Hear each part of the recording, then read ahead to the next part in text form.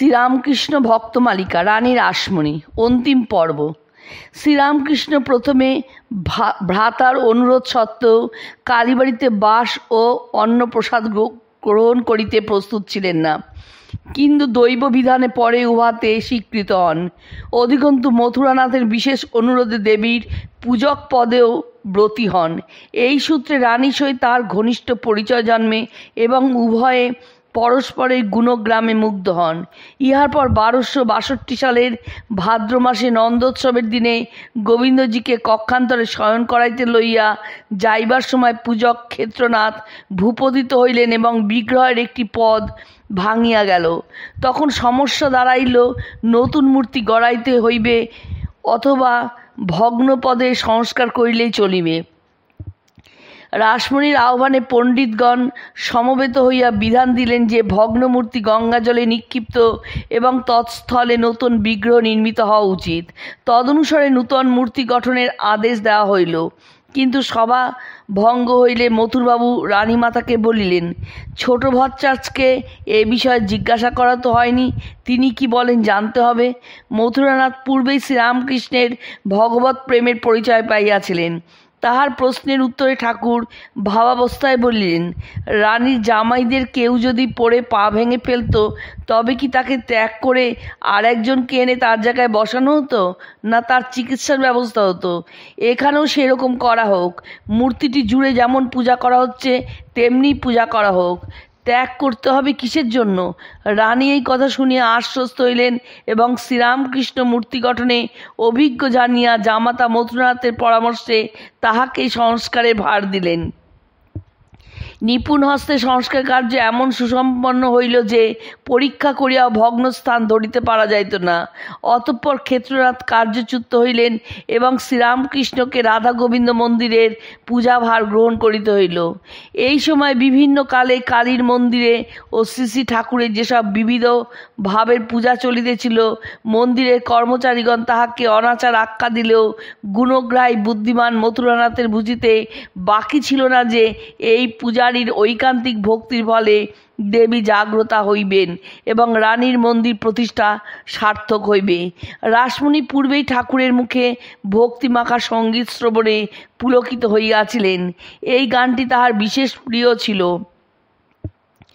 কোন হিসাবে হরহৃদে দাঁড়িয়েছ মা পদ দিয়ে, সাত করে জিভ বাড়ায়েছ যেন কত ন্যাকা মেয়ে। জেনেছি জেনেছি তারা কি তোর এমনই কারা? তোর মা কি তোর বাপের বুকে দাঁড়িয়েছিল এমনি করে?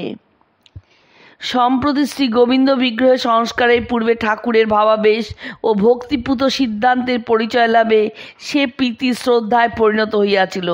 তথাপি অল্পকাল পরে যে ঘটনা ঘটিল তাহাতে স্পষ্টই প্রতীত হয় যে রানীর নিজ মনে সাধন সম্বুধ অতি উচ্চ ভক্তিভাব না থাকিলে ঠাকুরের প্রতি ভক্তি শ্রদ্ধা সেদিন ধূলিসাৎ হইয়া যাইত।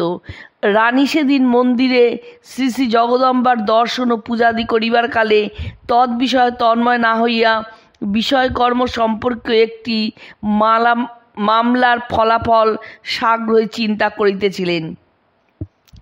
ঠাকুর তখন ওই স্থানে বসিয়া তাহাকে সঙ্গীত শুনাইতেছিলেন।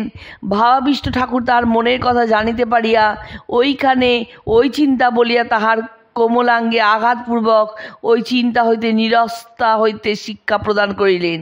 শ্রী শ্রী জগদম্বার কৃপাপাত্রী সাধিকা রানী উহাতে নিজ মনের দুর্বলতা ধরিতে পারিয়া অনুতপ্তা হইয়াছিলেন এবং ঠাকুরের প্রতি তাহার ভক্তি ওই ঘটনার বিশেষ বৃদ্ধি পাইয়াছিল। এদিকে রানীর উপর প্রহার হইতে দেখিয়া মন্দিরে বেশ চাঞ্চল্যের সৃষ্টি হইল। এমনকি ভট্টাচার্য মহাশয়কে শাস্তি দিবার জন্য কর্মচারীরা সশব্যস্তে তথায় সমবেত হইল। কিন্তু রানী গম্ভীর স্বরে আদেশ দিলেন, ভট্টাচার্য মহাশয়ের কোনো দোষ নেই, তোমরা তাকে কেউ কিছু বলো না। মথুরবাবুও সমস্ত শুনিয়া শ্বশ্রু ঠাকুরানীর আদেশই বহাল রাখিলেন। মন্দির প্রতিষ্ঠার 1855 মে পর রানী রাসমণি দীর্ঘকাল ইহধামে ছিলেন।